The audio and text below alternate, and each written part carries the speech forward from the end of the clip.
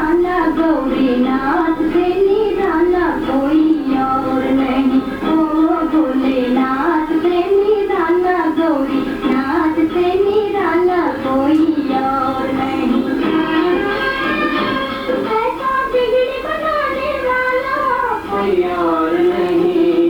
भोलेनाथ से निराला गौरीनाथ से निराला कोई और नहीं। ओ भोलेनाथ से निराला गौरीनाथ से निराला कोई और नहीं।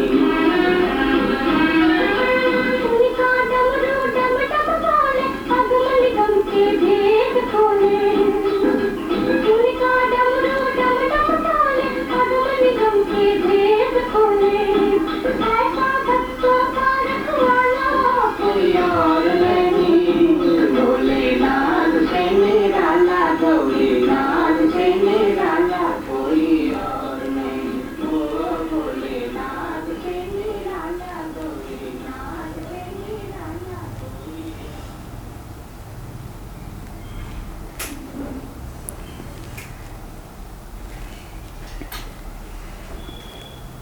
ओम शांति। आज प्यारे बाबा के 5 अगस्त के महावाक्य हैं। जैसे अभी गीत बज रहा था, बोले नाथ से निराला कोई और नहीं। तो ये गीत है भगवान की महिमा का गीत, बोले नाथ की महिमा का गीत। कौन सी बात की महिमा का गीत कि हम सबको शिव बाबा इस समय भोलानाथ बाबा कृष्णपुरी का मालिक बनाते हैं।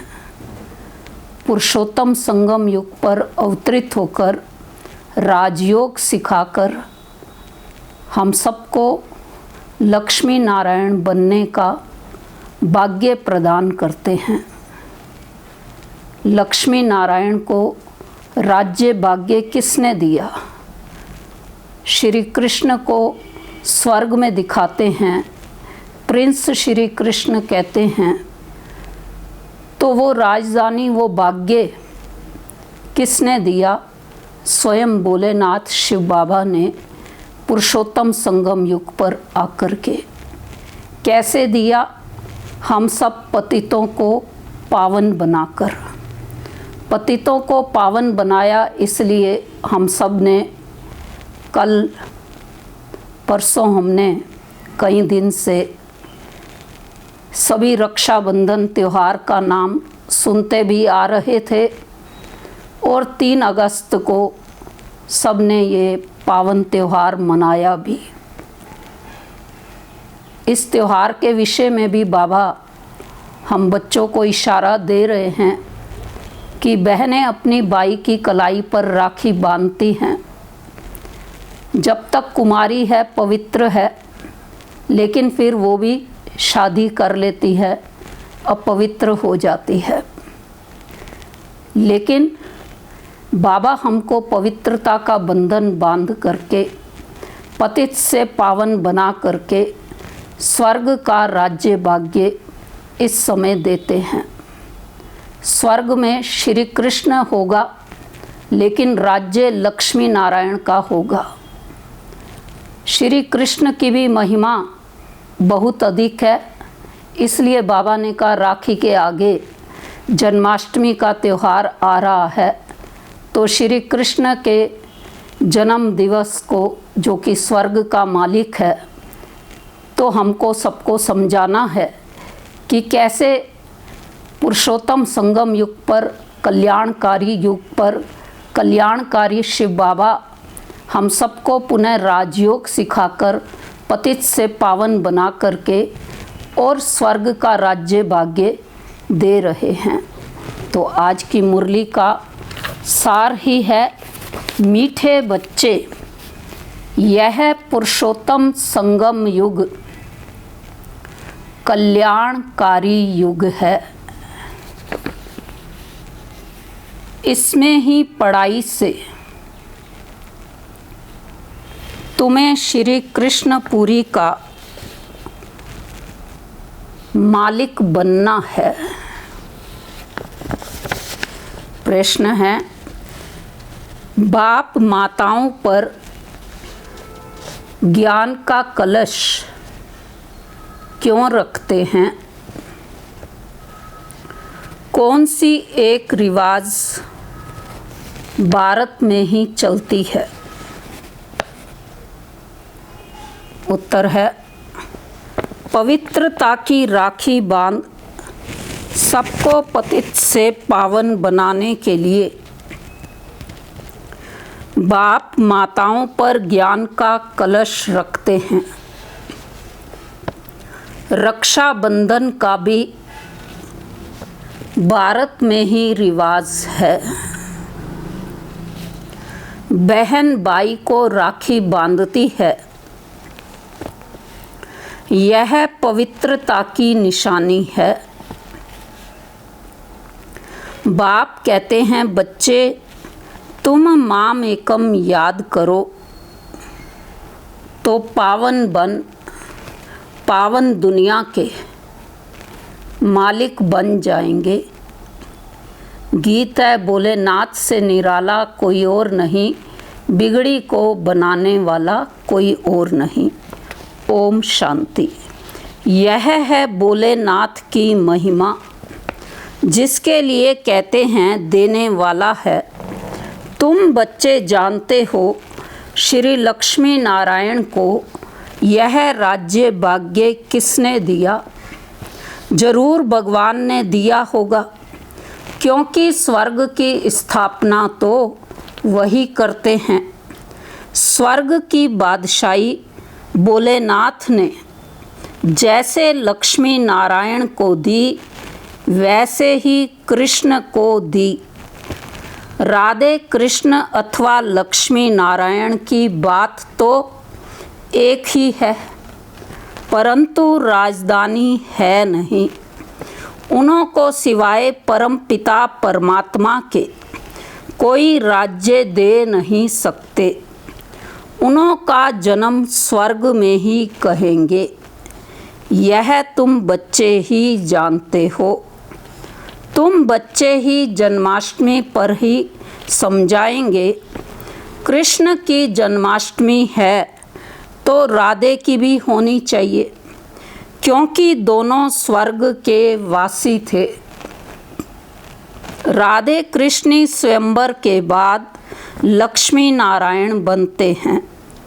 मुख्य बात कि उन्हों को यह राज्य किसने दिया, यह राजयोग कब और किसने सिखाया?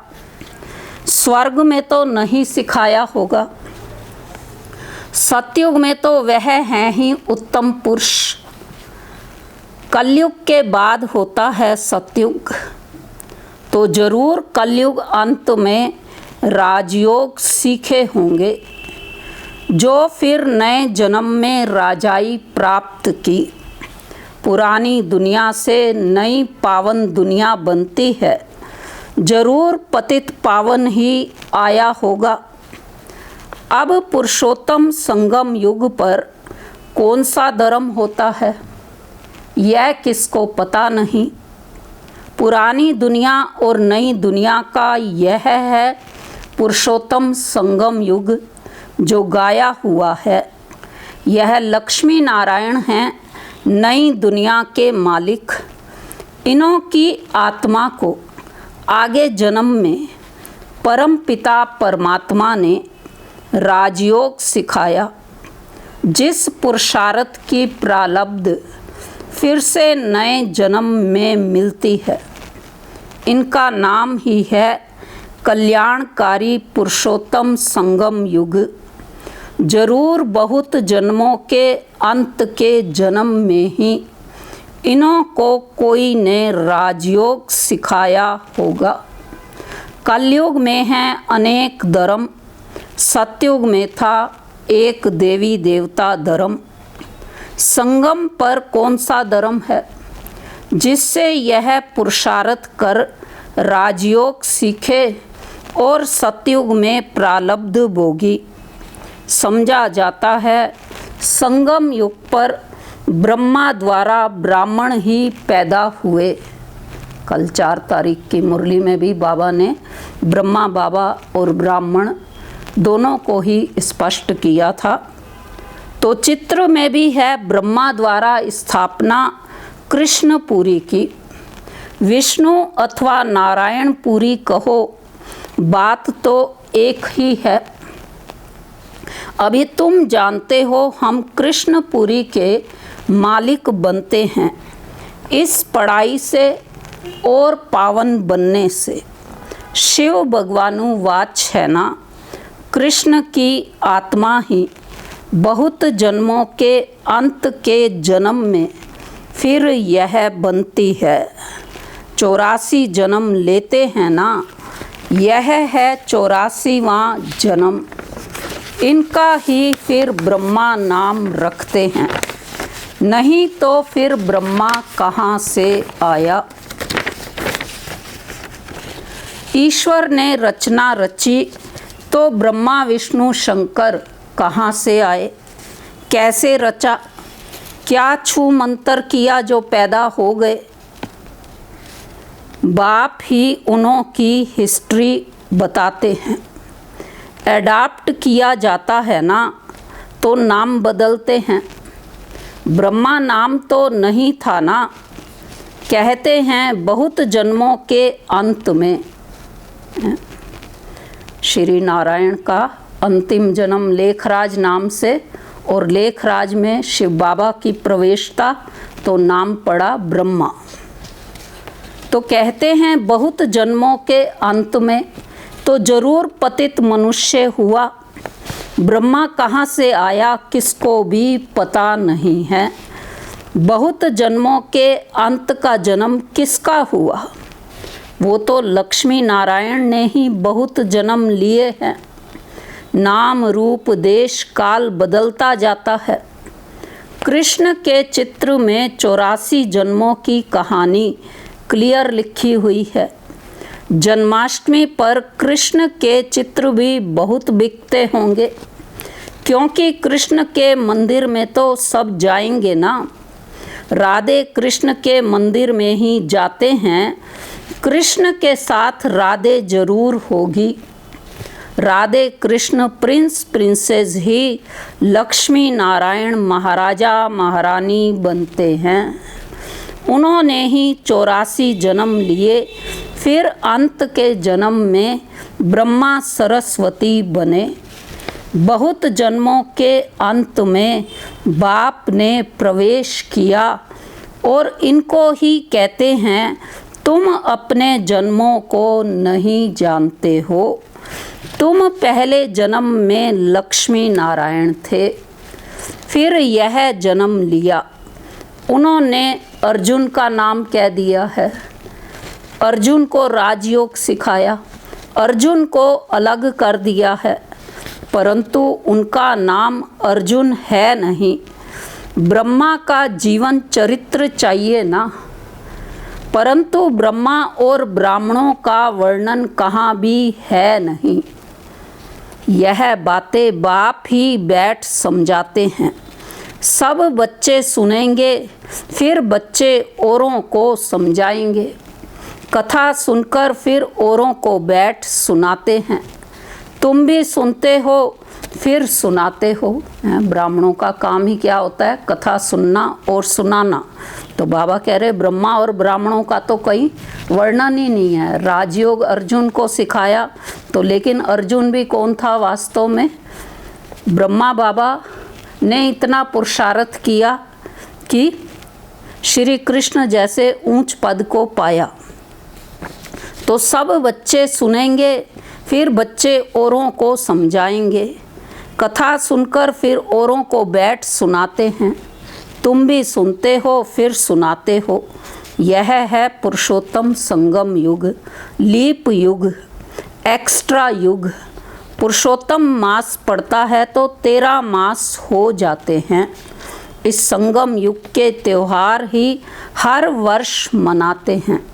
इस पुरुषोत्तम संगम युग का किसको पता नहीं है।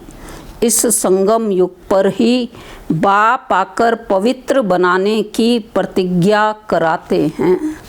पतित दुनिया से पावन दुनिया की स्थापना करते हैं। रक्षाबंधन का भी भारत में ही रिवाज है। बहन भाई को राखी बांधती है, परंतु वह कुमारी भी फिर अपवित्र बन जाती है। अभी बाप ने तुम माताओं पर ज्ञान का कलश रखा है। जो ब्रह्मा कुमार ब्रह्मा कुमारियां बैठ पवित्रता की प्रतिज्ञा कराने राखी बांधती हैं, बाप कहते हैं माम एकम याद करो तो तुम पावन दुनिया के मालिक बन जाएंगे। बाकी कोई राखी आदि बांधने की दरकार नहीं है। यह समझाया जाता है। जैसे साधु सन्यासी लोग दान मांगते हैं, कोई कहते हैं क्रोध का दान दो, कोई कहते हैं प्याज मत खाओ। जो खुद नहीं खाते होंगे वह दान लेते होंगे। इन सबसे बारी प्रतिज्ञा तो बेहद का बाप कराते हैं। तुम पावन बनना चाहते हो तो पतित पावन बाप को याद करो। द्वापर से लेकर तुम पतित बनते आए हो, अब सारी दुनिया पावन चाहिए। वह तो बाप ही बना सकते हैं। सर्व का गति सद्गति दाता कोई मनुष्य हो नहीं सकता। बाप ही पावन बनने की प्रतिज्ञा लेते हैं। भारत पावन स्वर्ग था ना, पतित पावन वह परम पिता परमात्मा ही हैं। कृष्ण को पतित पावन नहीं कहेंगे। उनका तो जन्म होता है, उनके तो माँ बाप भी दिखाते हैं। एक शिव का ही अलौकिक जन्म है। वह खुद ही अपना परिचय देते हैं कि मैं साधारण तन में प्रवेश करता हूँ। शरीर का आधार जरूर लेना पड़े। मैं ज्ञान का सागर पतित पावन राजयोग सिखलाने वाला हूँ। बाप ही स्वर्ग का रचयिता है और नरक का विनाश कराते हैं। जब स्वर्ग है तो नरक नहीं, अभी पूरा रौरव नरक है। जब बिल्कुल तमो प्रधान नरक बनता है, तब ही बाप आकर सतो प्रधान स्वर्ग बनाते हैं। 100% पतित से 100% पावन बनाते हैं। पहला जन्म जरूर सतो प्रधान ही मिलेगा। बच्चों को विचार सागर मंथन कर भाषण करना है, समझाना फिर हरेक का अलग अलग होगा। बाप भी आज एक बात कल फिर दूसरी बात समझाएंगे। एक जैसी समझानी तो हो ना सके। समझो टेप से कोई एक्यूरेट सुने भी, परंतु फिर एक्यूरेट सुना नहीं सकेंगे। फर्क जरूर पड़ता है। बाप जो सुनाते हैं तुम जानते हो, ड्रामा में सारी नूंद है। अक्षर बाई अक्षर जो कल्प पहले सुनाया था वह फिर आज सुनाते हैं। यह रिकॉर्ड भरा हुआ है।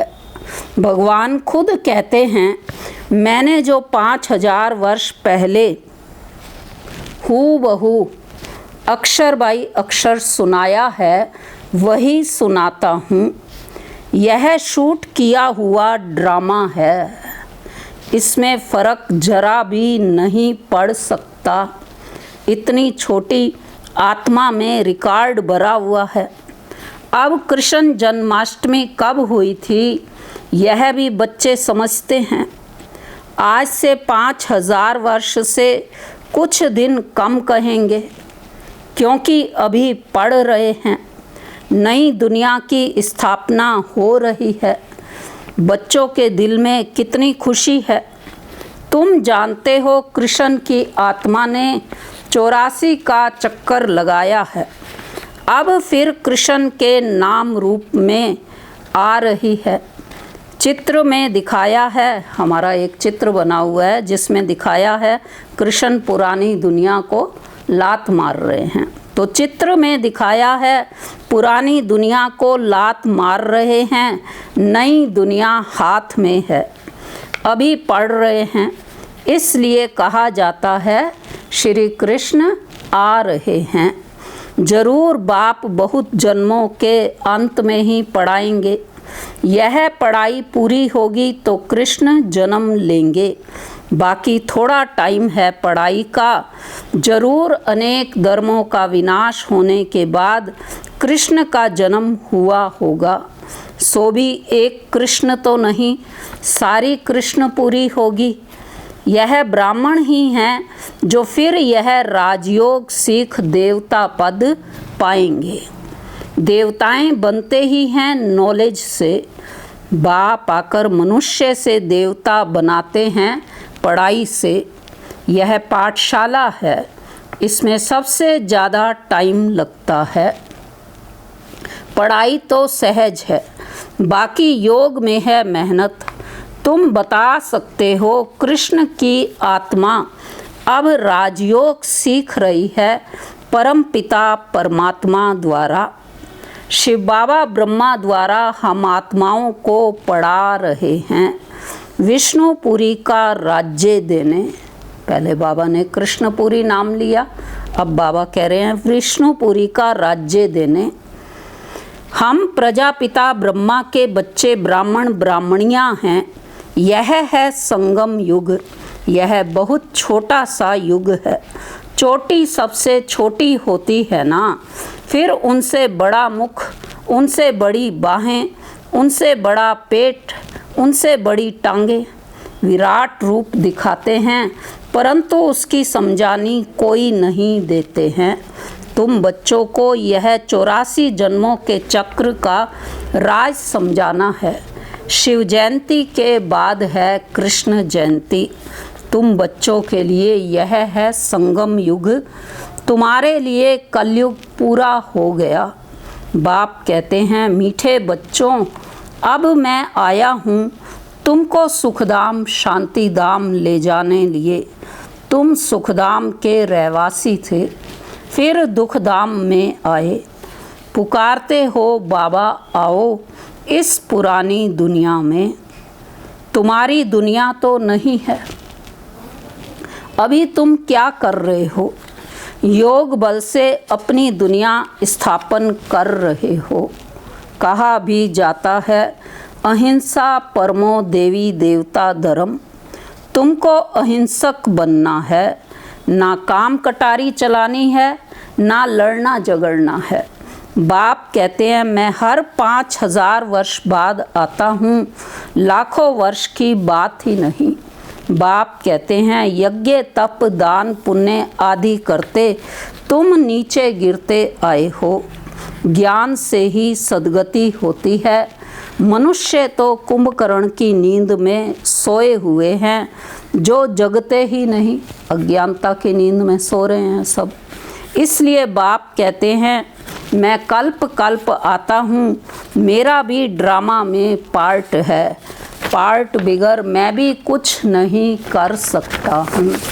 मैं भी ड्रामा के बंधन में हूँ, पूरे टाइम पर आता हूँ। ड्रामा के प्लान अनुसार मैं तुम बच्चों को वापस ले जाता हूँ। अब कहता हूँ मन मना भव, परंतु इनका भी अर्थ कोई नहीं जानते हैं। बाप कहते हैं देह के सर्व संबंध छोड़ माम एकम याद करो तो तुम पावन बन जाएंगे। बच्चे मेहनत करते रहते हैं बाप को याद करने की।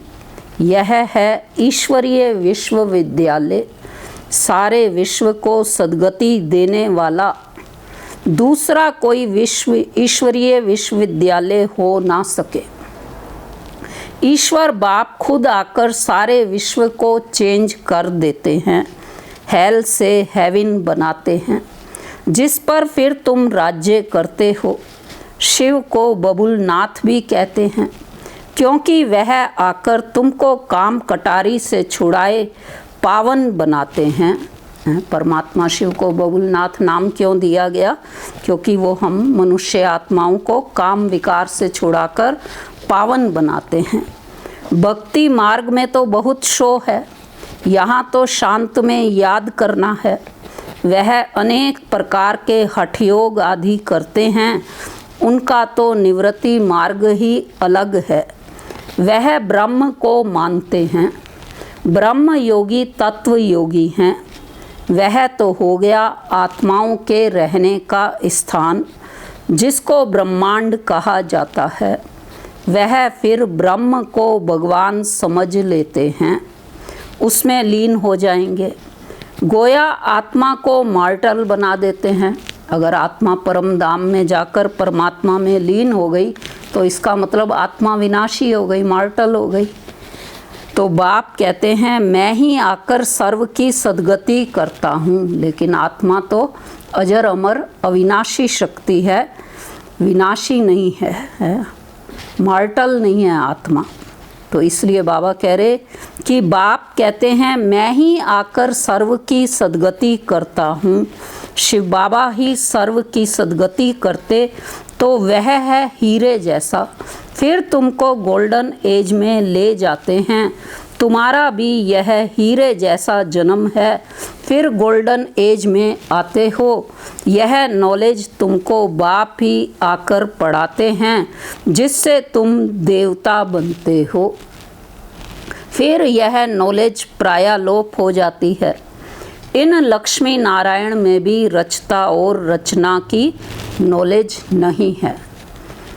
तो ज्ञान मार्ग में हम जो सब ये ज्ञान की बातें सुन रहे हैं, तो ज्ञान को सुनने वाला, मनन चिंतन करने वाला, आध्यात्मिक भाषा में जो ओटे सो अर्जुन। तो अर्जुन भी कोई एक अर्जुन के कल्याण के लिए भगवान ने राजयोग नहीं सुनाया था, ज्ञान नहीं सुनाया था, लेकिन हम सब आत्मा रूपी अर्जुन जो इस ज्ञान को सुन रहे हैं, हम सब के कल्याण अर्थ राजयोग शिव बाबा इस समय सिखा रहे हैं। सबसे पहले ब्रह्मा बाबा ने इस बात को समझा, इसलिए उनको अर्जुन भी कहा गया। लेकिन हम सब भी बाबा के बच्चे जो ज्ञान को सुनते हैं, मनन चिंतन करते हैं और मनोविकारों के युद्ध में स्वयं को विजयी बनाने की कोशिश करते हैं, तो इसलिए हम सब भी अर्जुन जैसे ही हो गए। तो इसलिए बाबा समझा रहे हैं कि इन लक्ष्मी नारायण में भी रचता और रचना की नॉलेज नहीं है। अच्छा मीठे मीठे सिकी लदे बच्चों प्रति मात पिता बाप दादा का याद प्यार और गुड मॉर्निंग। रूहानी बाप की रूहानी बच्चों को नमस्ते। हम रूहानी बच्चों की रूहानी बाप दादा को नमस्ते। धारणा की पॉइंट है, पहली है, इस पुरानी दुनिया में रहते डबल अहिंसक बन योग बल से अपनी नई दुनिया स्थापन करनी है। अपना जीवन हीरे जैसा बनाना है। दूसरी पॉइंट है, बाप जो सुनाते हैं उस पर विचार सागर मंथन कर दूसरों को सुनाना है। सदा नशा रहे कि यह पढ़ाई पूरी होगी तो हम कृष्णपुरी में जाएंगे। वरदान है, व्यर्थ को भी शुभ भाव और श्रेष्ठ भावना द्वारा परिवर्तन करने वाले सच्चे मर्जीवा भव। स्लोगन है आज का, संकल्पों की एकाग्रता श्रेष्ठ परिवर्तन में फास्ट गति ले आती है। वरदान का स्पष्टीकरण है, बाप दादा की श्रीमत है, बच्चे व्यर्थ बातें ना सुनो, ना सुनाओ और ना सोचो। सदा शुभ भावना से सोचो, शुभ बोल बोलो, व्यर्थ को भी शुभ भाव से सुनो। शुभ चिंतक बन बोल के भाव को परिवर्तन कर दो। सदा भाव और भावना श्रेष्ठ रखो। स्वयं को परिवर्तन करो, ना कि अन्य के परिवर्तन का सोचो। स्वयं का परिवर्तन ही अन्य का परिवर्तन है। इसमें पहले मैं इस मर्जीवा बनने में ही मज़ा है। इसी को ही महाबली कहा जाता है।